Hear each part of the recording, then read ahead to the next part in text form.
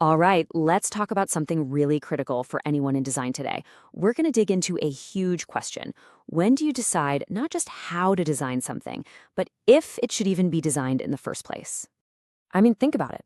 With all the AI tools we have now, something that used to take weeks of work, concepts, visuals, copy, the whole shebang, can be churned out in a single day. The speed is just wow. But all this new power, it comes with a pretty big catch, a hidden danger. See, because when anyone can make anything almost instantly, the problem isn't the technical skill anymore. How to build it isn't the roadblock. The real challenge, the thing that's truly valuable now, is judgment. It's having the wisdom to stop and ask, hey, should this even exist?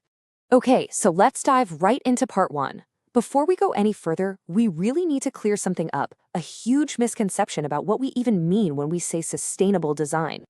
Now, you might see this list and think, hey, these are all good things, and you're right. Using eco-friendly materials, working on a project for the public good, that's all great stuff. But here's the thing, these are just outcomes. They're not the core idea. They're just scratching the surface of something much, much deeper. And this is it. This is the real heart of the matter. Sustainable design isn't just another box to check. It's not a subcategory like environmental design. It's a moral threshold. It's that fundamental question you have to ask before a single line of code is written or a pixel is placed. Do we go forward with this, or do we stop right here? And, this isn't some brand new idea that just popped up because of AI. Not at all. We're talking decades ago, you had pioneers like Victor Papanek and Ezio Manzini sounding the alarm. They were arguing that designers are directly responsible for the harm their work can cause, that they're not just shaping products, they're shaping our entire way of living. And today, well, that message feels more urgent than ever before. Okay, so that's the big idea. But how do we make it, practical? How do you actually use this in your day-to-day work? Well, we can break it down into 4 critical questions, or lenses, that every single designer should be looking through. First up, the human lens. This is all about the individual user. And the question here is stark. Does this design actually help people, or does it just condition them? Are we building a tool that serves them, or are we setting a trap that serves us? Oh, and we've all felt what conditioning design is like, right? The infinite scroll that just steals an hour of your life before you even notice. The barrage of push notifications begging for your attention. Or my personal favorite, trying to find that hidden unsubscribe button.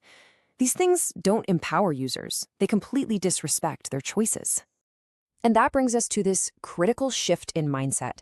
Before you ask, will this increase our conversion rate? You have to ask, is this an acceptable way to treat another human being? It's all about putting human dignity way above simple metrics. That's job number 1. Okay, so we've looked at the individual. Now, let's zoom out to the society lens. A single design choice on its own might seem pretty harmless. But what happens when that choice is scaled up and repeated millions or even billions of times? Suddenly, you're not just designing a feature. You're designing the kind of society we live in. Yeah, think about it. Algorithmic scoring systems that can bake in and even amplify existing biases, or interfaces that just completely ignore accessibility, effectively shutting people out. These aren't just bad features. When you scale them up, they become powerful societal structures that can make inequality even worse. So the big takeaway here is that a designer's role goes way beyond just creating screens. You're shaping social patterns and norms. Every interface subtly influences how we interact with each other, who gets included, and what we see as normal. It's literally social engineering, whether we want to admit it or not. All right, on to our third lens, the economy.